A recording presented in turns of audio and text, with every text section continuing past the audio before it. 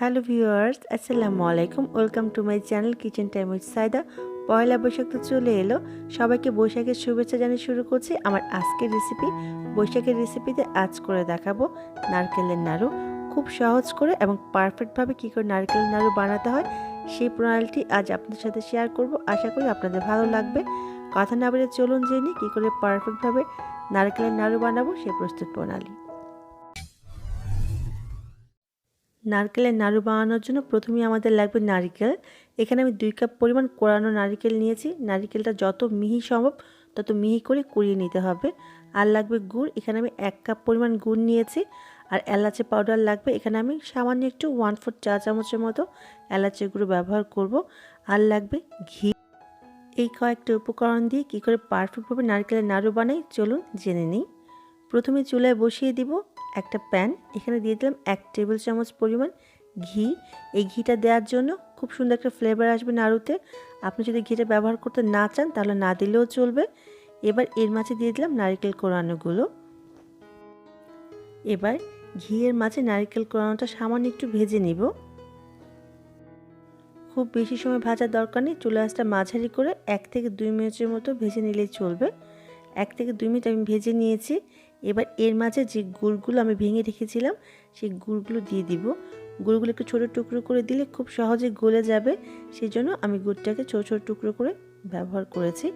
এবার খুব ভালো করে গুড়টাকে নারকেলের সাথে মিশিয়ে নিব। আর এই পর্যায়ে কিন্তু আমার চুলা আঁচটা মাঝারি আছে। চুলা যদি বাড়ানো থাকে তাহলে কিন্তু নারকেল এবং গুড়টা পুড়ে যাবে, সেই জন্য মাঝারি রেখে সম্পূর্ণ কাজটা করতে হবে। গুড়টা 1 থেকে 2 মিনিটের মধ্যে গলে যাবে। অনবরত নেড়ে নিতে হবে, তা না হলে কিন্তু নিচে লেগে যেতে পারে। 2-1 মিনিটের মধ্যেই গুড়টা গলে এরকম হয়ে গেছে। যখন গুড়টা এরকম হয়ে যাবে তখন এর মাঝে দিয়ে দিব এলাচের গুঁড়ো। এখানে আমি 1/4 চা চামচ এলাচের গুঁড়ো দিব। এটা খুব সুন্দর একটা ফ্লেভারের জন্য। এটাও আপনি দিতে না চাইলে স্কিপ করতে পারেন। আবারও খুব ভালো করে নেড়ে মিশিয়ে নিব। দেখুন নারকেল আর গুড়টা গলে অনেকখানি পানি বের হয়েছে। এই পানিটা শুকিয়ে যাওয়া পর্যন্ত আমি গুড়টাকে নেড়ে নিব।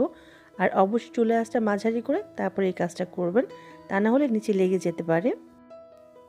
4 থেকে 5 মিনিট নাড়ার পরে নারকেল থেকে যে পানিটা বের হয়েছিল সেটা শুকিয়ে গেছে, ঠিক এরকম হয়ে গেছে। যতক্ষণ নারকেলের পানিটা শুকিয়ে না যাবে ঠিক ততক্ষণ পর্যন্ত চুলায় রাখতে হবে। দেখুন গুড়টা এবং নারকেলটা খুব ভালো করে মিশে গেছে। ঠিক এই পর্যায়ে নারকেলের মিশ্রণটাকে আমি উঠিয়ে নিব, কারণ এখন নাড়ু বানানোর জন্য একেবারে রেডি হয়ে গেছে।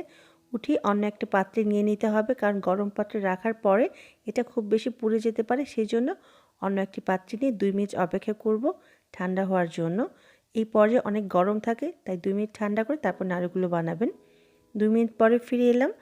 একেবারে ঠান্ডা করেও নাড়ুটা বানানো যাবে না, হালকা গরম থাকতে হবে। আর আমি হাতে সামান্য একটু ঘি মেখে নিয়েছি। সামান্য গরম থাকতে নাড়ুগুলো আমি এভাবে হাতে চেপে চেপে নাড়ু বানিয়ে নিব। আবারও বলছি, যদি একেবারে ঠান্ডা হয়ে যায় তাহলে কিন্তু নাড়ুটা আর বানানো যাবে না। দেখুন ঠিক এভাবে আমি সবগুলো নাড়ু বানিয়ে নিব। এই নাড়ুগুলো বানিয়ে ফ্রিজ ছাড়া আপনি 10 থেকে 12 দিন রেখে খেতে পারবেন।